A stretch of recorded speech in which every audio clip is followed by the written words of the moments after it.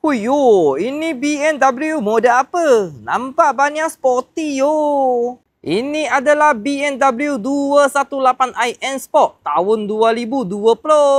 N Sport body kit nampak sporty. Sudah tukar diamond brake front grille. Bawah tambah lagi satu front lip. Nampak lagi garang. Sport ring original 18 inci. 218i design coupe. Boleh nampak buntut dia banyak seksi.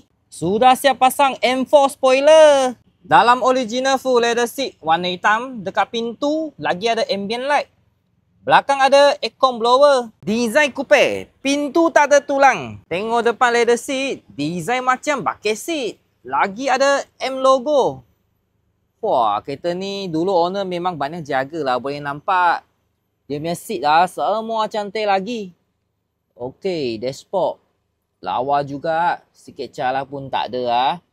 Ada satu screen tapi tak besar sangat. Gear knob. Banyak cantik. Okey. N Sport steering wheel. Okey kawan-kawan. Kereta ni boleh buat muka kosong. Satu bulan bayar RM1,200 lebih saja. Kalau you minat kereta ni, cepat hubungi kami. Thank you support.